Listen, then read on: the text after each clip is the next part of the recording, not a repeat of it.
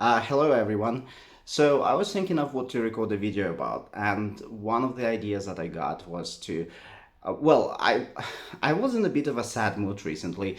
Well, it happens sometimes. I don't think it had any reason. It just so happened, and you just need to live through that, and it gets better.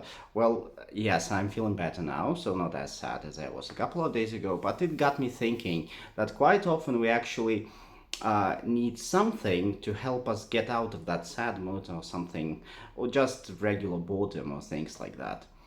So I thought it would be nice to make a video about 5 books. I'm going to present 5 to get yourself out of a reading slump. So uh, those books helped me a lot in their own time by just introducing new concepts and just telling me a good story, which I was able to fully engross in. And this way, I was able to just keep my mind off some negative thoughts. So, the first thing on the list will be um, a very interesting book which I read maybe a year ago, and it's called Seven Deaths of Evelyn Hardcastle by Turton, if I'm not mistaken. Yes, his name is Turton, surname, sorry.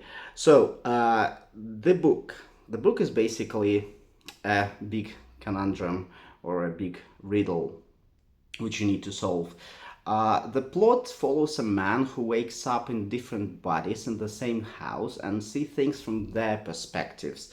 This way, he needs to solve a murder, which is amazing. Honestly, I think it's one of the best mystery books which I've read in my life because it was very interesting what would happen next. You couldn't expect, you wanted to know the answer. So, everything you want from a good book, from a good detective story or something like this. Okay, that was number 5. Number 4, I would say that this book is also on my list of top best books of all time, I think, and I enjoyed it a lot. But today I'm recommending books which can really get you reading and get through that state when you cannot actually continue. You start one book, you give it up and start another.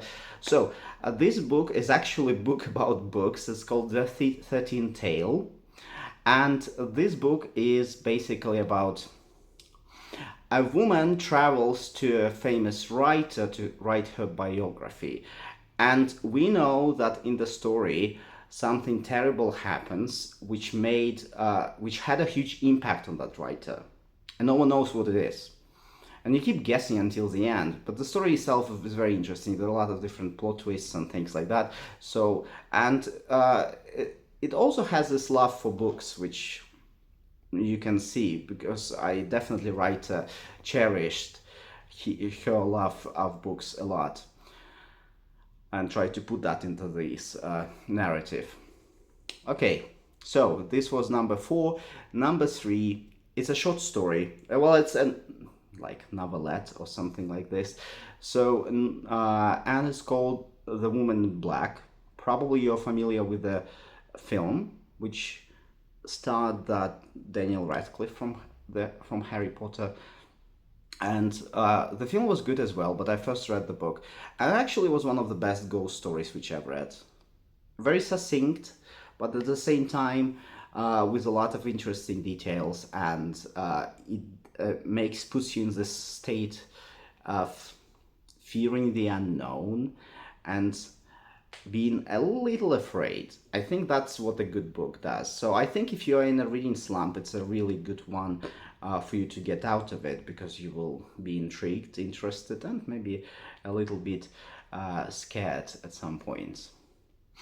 So the next one which I have, what was the next one? Just give me a second, I need to remember. I needed to make a list actually.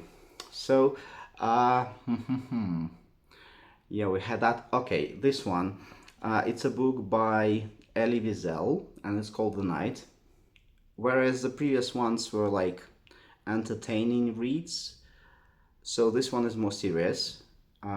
It touches upon very serious topics, like the Second World War and its repercussions and things like that. But I think It's really well written, and when you're in a reading slump, it's a good idea to read about real people and real lives because it gives it more meaning, I think.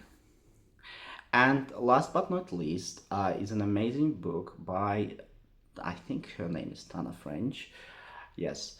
And it's called In the Woods.